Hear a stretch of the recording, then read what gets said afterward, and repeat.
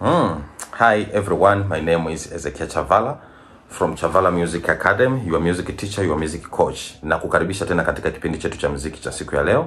Na siku ya leo tupo katika ufunguo pendwa kabisa, ufunguo wa C. Tunaenda kuchambua ufunguo wa C kinagaubaga kwa kina kabisa ili kuweza kukusaidia wewe mwanamuziki, the upcoming musician, upcoming guitarist, kuweza kupiga vizuri gitaa lako bila shida yoyote. Nitaenda kukufanyia ufunguo wa C, nitaenda kuchambua, nitakuchambulia mambo ya msingi ambayo yatakusaidia kuweza kupiga gitaa lako katika ufunguo wa C. Na haya ndio mambo ya msingi ambayo tunaenda kuyaangalia katika ufunguo wa C. Tutaangalia utangulizi wa ufunguo, kwa maana ya kwamba ufunguo wa C ni ufunguo kwanza ambao unapendwa na watu wengi. Na kwa nini unapendwa na watu wengi? Unapendwa na watu wengi kwa sababu huu ufunguo noti zake hazina sharp, hazina flat. Yani maana yake ni C, D, E, F, G, A, B, C. Kwa maana ya kwamba yani ziko zimenyooka, hazina mbambamba wanasema wenyewe Waswahili. Kwa maana ya kwamba ukishaanza namba 1, namba 2, namba 3, namba 4 mpaka namba 7 yako hazina sharp, hazina flat, zimekaa fresh kabisa. C, D, E, F, G, C, D, E, F, G. Hizi ndizo noti za msingi ambazo zinapigwa katika ufunguo wa C. Lakini ni ufunguo rahisi zaidi pia. Ni ufunguo rahisi zaidi kwa sababu hata kwenye kinanda ni ufunguo rahisi zaidi kwa sababu unagusa button nyeupe tu peke yake. Lakini katika gitaa pia ni ufunguo rahisi kwa sababu ni ufunguo maarufu zaidi. Kwa hiyo watu wengi wanaufahamu bila shaka. Na kama wewe ni mpya, ni mgeni, unaweza kusubscribe button ya kusubscribe. Unaweza kubonyeza subscribe button ili usudi uweze kupata notification nyingi za masomo yangu yanayokujia from here Chavala Music Academy. Sasa nikukaribishe moja kwa moja tuweze kuendelea.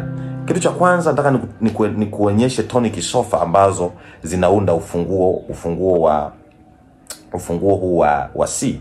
Ya kwanza, namba 1 huwa inakuwa ni C major, namba 2 huwa inakuwa ni D minor, namba 3 ni E major, namba 4 ni F major, namba 5 ni G minor, A major, namba 6 ni A minor. Alafu namba 7 huwa inakuwa ni B diminished. Namba 7 huwa inakuwa ni B diminished. Kwa hiyo sasa tutaanza kwanza kuchambua major chords ambazo zinapatikana katika ufunguo wa C, then tutachambua minor chords zinazopatikana katika ufunguo wa C, then tutachambua diminished chords zinazopatikana katika ufunguo wa C, then tutaunganisha do, re, mi, fa, sol, la, ti, do katika mfumo wa kodi. Alafu mwisho kabisa tutakuwa na progression chache za kufanyia kazi ambazo zitakusaidia kuweza kuona namna ambavyo tonic sofa zinajipanga katika ufunguo wetu wa C. Usiache video mpaka mwisho wa video, ndio unaweza kupata knowledge kamili ya kile ambacho nimetamani kukushare na wewe siku ya leo. Sasa tuanze na major chords ambazo zinapatikana katika ufunguo wa C. Kodi ya kwanza ambayo inapatikana katika ufunguo wa C ni C yenyewe. Hii hapa ndio C major, unaiona hapa. Hii ndio C major, kwa maana ya kwamba inashikwa namna hii. This way. Kama inavyoonekana kwenye presentation yangu hapo. Angalia, kidole namba 1 kinakamata uzi wa pili, fret ya kwanza. Kidole namba 2 kinakamata uzi wa 5, uzi wa 4, fret ya pili, na kidole namba 3 kinakamata uzi wa 5, fret ya 3. Kwa hiyo ukipiga hii chord inakuwa hivi. Angalia huko. Unaona? Una strum tu. You hear that? This is called the key of C major. Hii hapa ndio C major yetu. Na hii ndio namba 1 kwa maana ya tonic sofa ya kwanza kabisa ya ufunguo wa C. Kuna wengine wanapenda kushika hivi. Hivi. Ni the same thing, unashika tu hivi. Ni namna tu ya kuweza kuitohoa hiyo C yako ikashikwa katika mishiko mingi tofauti. Unaweza kushika hivi. The same C. Kuna wengine wanashika hivi. The same thing, kuna wengine wanashika hivi. Is the same thing, kuna wengine wanashika hivi. Ni the same thing, ni C hiyo. Something uifahamu C inashikwa namna basi. Baada ya hapo unakutana na noti ya 4 kwa maana ya major chord namba 4 ambayo ni F major. Sasa F major ikoje? Hii hapa. This one is called F major chord, this one. Ambayo kidole chako namba 1 kinalala kabisa kwenye fret ya kwanza pale. Kidole namba 2 kinakamata uzi wa 3, fret ya pili. Kidole namba 3 kinakamata uzi wa 5, fret ya 3, na kidole namba 4 kinakamata uzi wa 4, fret ya 3. Kwa hiyo inakuwa namna hii. This one, this way. Hii hapa ndio F kwa maana ya namba 4 chord katika ufunguo wa C. Jamani, ninapozungumzia hizi chords, iwe ni kwenye kinanda, iwe ni kwenye gitaa, iwe ni kwenye nini, yani they are the same. Ukisema ni C, ndio C hiyo inapigwa kwenye kinanda, C hiyo inapigwa kwenye kinanda, kwenye gitaa, C hiyo inapigwa kwenye chombo kingine, kwenye violin, kwenye kila chombo. Ni C hiyo. Kwa maana ya sauti itasikika sauti ya ufunguo wa C kwenye hivyo vyombo vyote. This one. Okay, this is number 4 chord. Ambao ni F major. Ukitoka hapo sasa unakuja noti namba 5 ambayo ni G, kwa maana ya major chord namba 5 ambayo ni G major hii hapa. Kidole chako namba 1 kinakamata uzi wa 5 fret ya pili, kidole chako namba 2 kinakamata uzi wa 6 fret ya 3, na kidole chako namba 3 kinakamata uzi wa 3 wa kwanza fret ya 3. Kwa maana inakuwa hivi sasa. That's G major, inakuwa namna hii. This way. This is called G major chord. Hizo ndizo major chord 3 ambazo zinapatikana katika ufunguo wa C. Sasa unaweza kuziunganisha hizi zikakupatia progression nyingi tofauti ambazo unaweza kuzitumia katika kufanya mazoezi ili kusudi uweze kuwa vizuri zaidi. Kwa mfano, unaweza kufanya progression ya 1 plus 4 plus 1 plus 5, kwa maana unaenda 1 4 1 5, ikawa namna hii. 1 4 1 then 5, 1 4 then 1 then 5.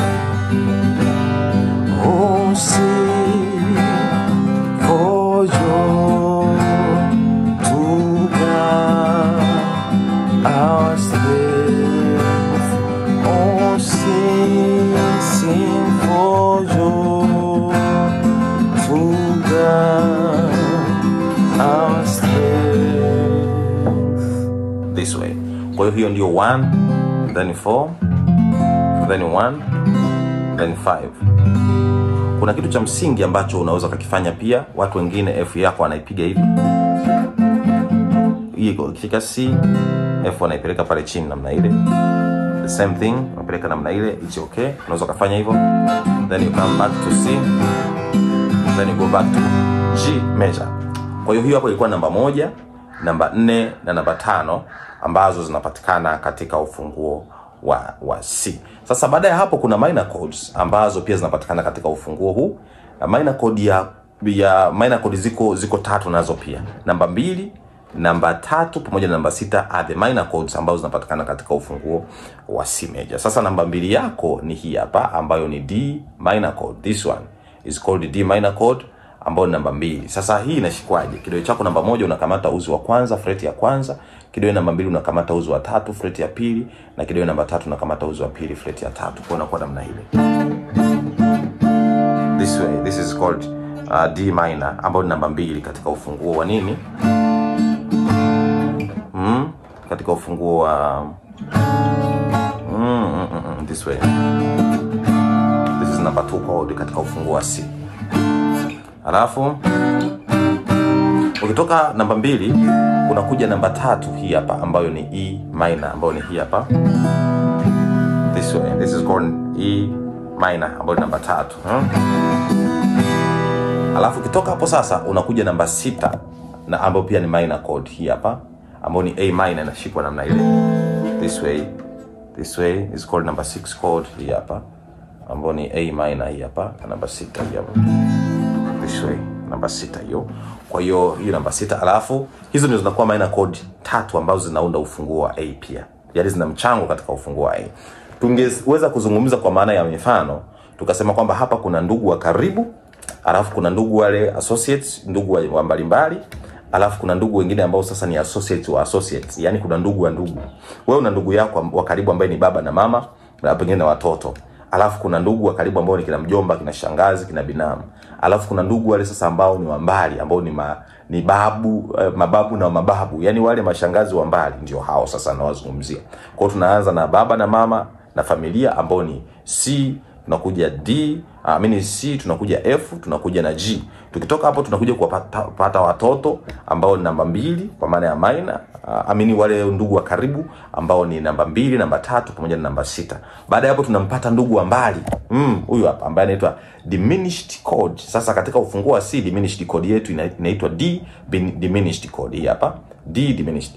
Ni kodi tamu kwa sababu kidole chako namba 2 kinakamata uzi wa kwanza na kidole namba 3 kinakamata uzi wa kidole namba 2 kinakamata uzi wa 5 pale fret ya pili namna hii. This way. Hii hapa ndio D diminished, this one. Ndio hii hapa chord hii hapa.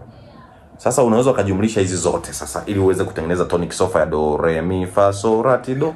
Ukaanza na C ambayo ni namba 1. Ngoja nikuonyeshe trend yake sasa. Tunaanza na C, do, alafu re, alafu mi, alafu so, fa, alafu so. Umeona? So tukitoka hapa tunakuja namba 6 ambayo ni A minor. La, alafu ti, ti do, re, mi, fa, so, la, ti, do, re.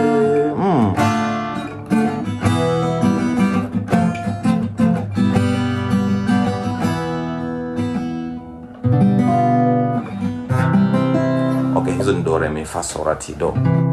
Hizi ndizo tonic sofa ambazo zinapatikana katika ufunguo wa C major.